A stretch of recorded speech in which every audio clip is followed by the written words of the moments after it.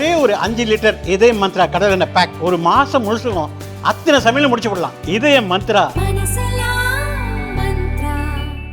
அனைத்து இந்திய அண்ணா திராவிட முன்னேற்ற கழகத்தினுடைய போற்றுதலுக்குரிய பொதுச் செயலாளர் அவருடைய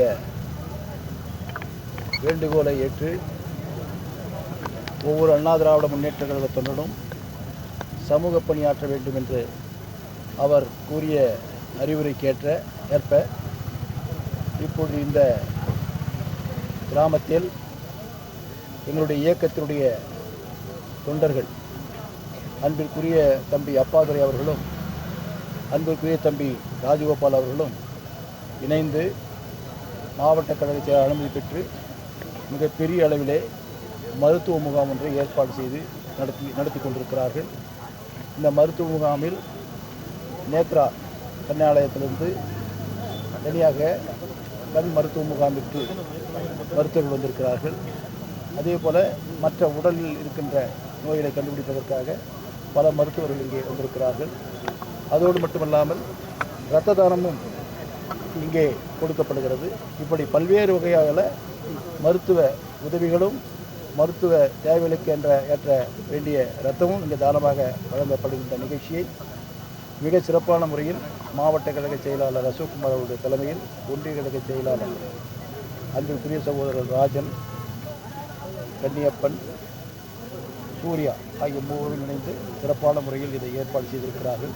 அவருக்கு எங்களுடைய மனமார்ந்த வாழ்த்துக்களை நான் தெரிவிக்கிறேன். விவசாயிகள் பாதிக்கப்பட்டிருக்காங்க. பல கோரிக்கைகளை முன்வைச்சிங்க. நீங்களும் ஆர்ப்பாட்டம் உண்ணாவிரதமாக இருக்கீங்க. ஆனால் இது வரைக்கும் ஒரு மிகப்பெரிய வேதனையான ஒரு செயல். ஆயிரக்கணக்கான இந்த மாவட்டத்தில் இருக்கின்ற விவசாயிகள் வாழ்வாதாரத்தை இழந்திருக்கிறார்கள். அப்படி வாழ்வாதாரத்தை இழந்திருக்கின்ற அவர்களுக்கு நஷ்டீடு வழங்க வேண்டும், ஏக்கருக்கு 30,000 ரூபாய் கொடுக்க வேண்டும் என்றெல்லாம் நாங்கள் கோரிக்கை வைத்தோம். ஆனால் ஆட்சியாளர்கள் அரசியல் செய்கிறார்கள். வேதனையாக இருக்கிறது. ஏதோ ஒரு அமைச்சர் டெல்லிக்கு செல்கிறார், அங்கே ஒரு மத்திய அமைச்சரிடத்தில் ஒரு மனு கொடுக்கிறார். அந்த மனுவை பத்திரிகைகளையும் ஊடகங்களையும் அனுப்புகிறார்கள். உடனடியாக அந்த வேளாண் துறையினுடைய உயர் அதிகாரிகளை வைத்து நாங்கள் பேசியிருக்கிறோம் என்று சொல்கிறார்கள். சொல்லிவிட்டு ஆலை அதிபர்களை நீங்கள் வாங்கிக் கொள்ளுங்கள் என்று சொல்கிறார்கள். அத்தோடு அவர்கள் முடித்துக் கொள்கிறார்கள். என்ன வேதனை! ஆனால் நேற்று கூட முதலமைச்சர் அவர்கள் வேளாண் சத்துணவு என்ன ஊட்டச்சத்து திட்டம் என்று அது எனக்கு புரியவில்லை. வேளாண் உற்பத்தி செய்கின்ற விவசாயிகளுக்கு வாழ்வாதாரம் போய் அவர்கள் வாழ்வதா சாவதா என்று சோதனையாக இருந்து பல போராட்டங்களை தமிழகம் முழுவதும் விவசாயிகள் பல போராட்டங்களை முன்னெடுத்திருக்கிறார்கள். அந்த விவசாயிகளுடைய போராட்டங்களை செவிசாய்க்காமல் ஏதோ உயர்ந்த இடத்தில் உட்கார்ந்து கொண்டு விவசாயிகளை ஏளனம் செய்வது போல அவருடைய கருத்துக்களை சொல்லிக் கொண்டிருக்கிறார் இந்த முதலமைச்சர். மிகவும் இந்த அரசையும் முதலமைச்சரையும் நாங்கள் வன்மையாக கண்டிக்கிறோம். நேற்றைய தினம் கூட விவசாயிகளுடைய உழவர் தின கூட்டங்கள்லாம் நடந்தது. இந்த கூட்டத்தில் தமிழகத்தினுடைய விவசாய சங்க ஒருங்கிணைப்பு தலைவர் PR பாண்டியன் ஒரு கருத்து தெரிவிச்சிருக்காரு. 26 தேர்தலில் திமுகவுக்கு எதிராக அனைத்து விவசாயிகளும் ஒன்றிணைந்து களம் காணக்கூடிய ஒரு சூழல் ஏற்படும் ஒரு எச்சரிக்கை விடுப்பதாக ஒரு கருத்து தெரிவிச்சிருக்காரு. சூழல் ஏற்படவில்லை, ஏற்பட்டுடுச்சு. திரு பாண்டியன் அவர்கள் ஒரு நல்ல கருத்தை சொல்லியிருக்கிறார். சூழல் ஏற்படும் என்பதை ஒரு விவசாய சங்கத்தினுடைய தலைவர் சொல்கிறார் என்று சொன்னால் அந்த விவசாயிகள் எந்த அளவுக்கு வேதனைப்பட்டிருக்க வேண்டும். அதனுடைய வெளிப்பாடு தான் 2026 நிச்சயமாக அதனுடைய பலனை இந்த ஆட்சியாளர்கள் அனுபவிப்பார்கள். ஓரணியில் தமிழ்நாடுன்ற பேரில் வாக்காளர்களை எல்லாம் திமுகவுடைய உறுப்பினர்களாக இணைக்கும் முயற்சியில் திமுக கட்சியினர் ஈடுபட்டிருக்காங்க. இதை பற்றி உங்களுக்கு நேற்று எங்களுடைய பொதுச் செயலாளர் அவர்கள் ஊடகங்கள் வாயிலாக கருத்தை சொல்லியிருக்கிறார். பொதுவாக அரசியல் கட்சிகள் என்பது விருப்பப்பட்டு அந்த உறுப்பினர் படிவத்தை பெற்று கையெழுத்திட்டு அந்த ஒவ்வொரு கட்சியும் எவ்வளவு தொகை செலுத்த வேண்டுமோ அப்படி செலுத்தி தான் உறுப்பினர் ஆவார்கள். ஆனால் நீண்ட காலமாக இருக்கின்ற ஒரு இயக்கம் தொய்வடைந்த காரணத்தினால் வீடு வீடாக சென்று கட்சியில் சேர்த்து கொண்டிருக்கிறார்கள். அது அவர்களுடைய இயக்கத்தினுடைய வலிமை குன்றிவிட்டதற்கு எடுத்துக்காட்டு என்றே நான் கூற விரும்புகிறேன். திருப்புவனம் இளைஞர் அஜித்குமார் மரணத்தில் பழைய பெண்ணிக் ஜெயராஜ் வழக்குகளை இருக்கிறாங்க. அதே போல் இந்த சம்மந்தப்பட்ட அந்த பெண் புகார் கொடுத்த பெண் வந்து மற்ற கட்சிகளோட தொடர்பில் இருக்காங்கன்னு பேசுகிறாங்க. ஆனால் இந்த லாக்அப் மரணம் குறித்து ஒரு விளக்கங்கள் எதுவும் வர மாட்டேங்குது.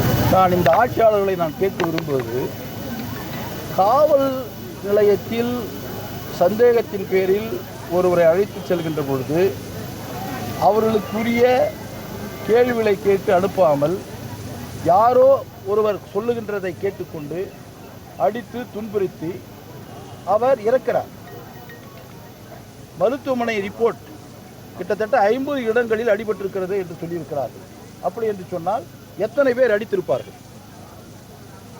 அந்த காவலாளி எவ்வளவு வேதனைப்பட்டு, இதற்கு இந்த அரசு பதில் சொல்ல வேண்டுமே அல்லாமல் கடந்த கால நிகழ்ச்சிகளை இணைத்து வைத்து பேசிக்கொள்ளக்கூடாது. இதற்கு என்ன சொல்லுகிறீர்கள்? இவ்வளவு பெரிய குற்றத்தை காவல்துறை செய்திருக்கிறது. காவல்துறை இந்த தவறு செய்வதற்கு அந்த துணிச்சல் எப்படி வருகிறது? அது துணிச்சல் வருகிறது என்று சொன்னால் தன்னை காப்பாற்றுவதற்கு யாரோ ஒரு அரசியல் தலைவர் இருந்து கொண்டிருக்கிறார். அதனால் சட்டத்தை காவல்துறையை கையில் எடுத்துக் கொள்கிறது. இது போன்ற நிலைதான் தமிழகம் முழுவதும் இருந்து கொண்டிருக்கிறது. அதற்கு ஒவ்வொரு நிகழ்வும் உதாரணம் சொல்லலாம்.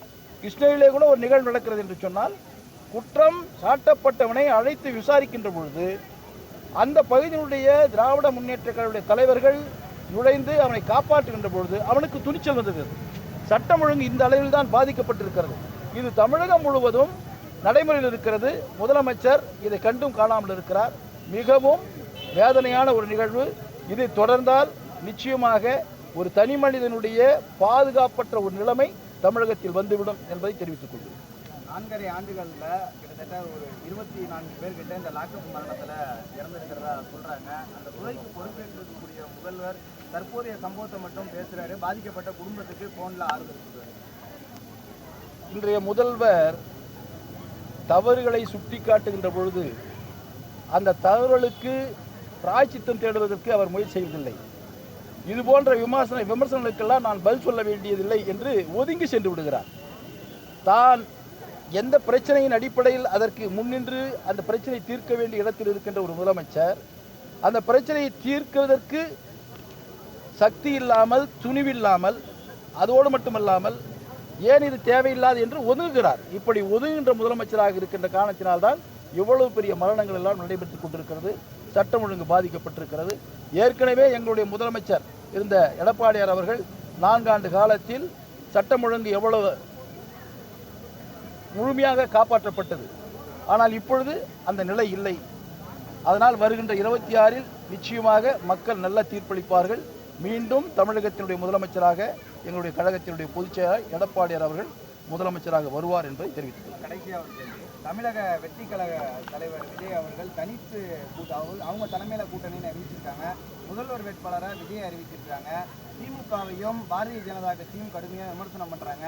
ஆனால் அதிமுக குறித்து எந்த விமர்சனமும் வைக்கலை. அது அவர்கிட்ட தான் கேட்கணும். நாங்கள் அது பதில் சொல்ல முடியாது இல்லையா? அவர்கிட்ட தான் கேட்கணும். அதிமுக கூட்டணியை விரும்புகிறாரா? பாஜகவோட இருக்கிறதால அதிமுகவுக்கு வராமல் இருக்கிறாரா விஜய்? ஏதோ இருந்தாலும் நீங்கள் அவர்கிட்ட கேட்கணும். அவருடைய எண்ணங்கள் எப்படி இருக்குன்னு எங்களுக்கு தெரியாது இல்லையா? அதனால் அவரை கேளுங்க.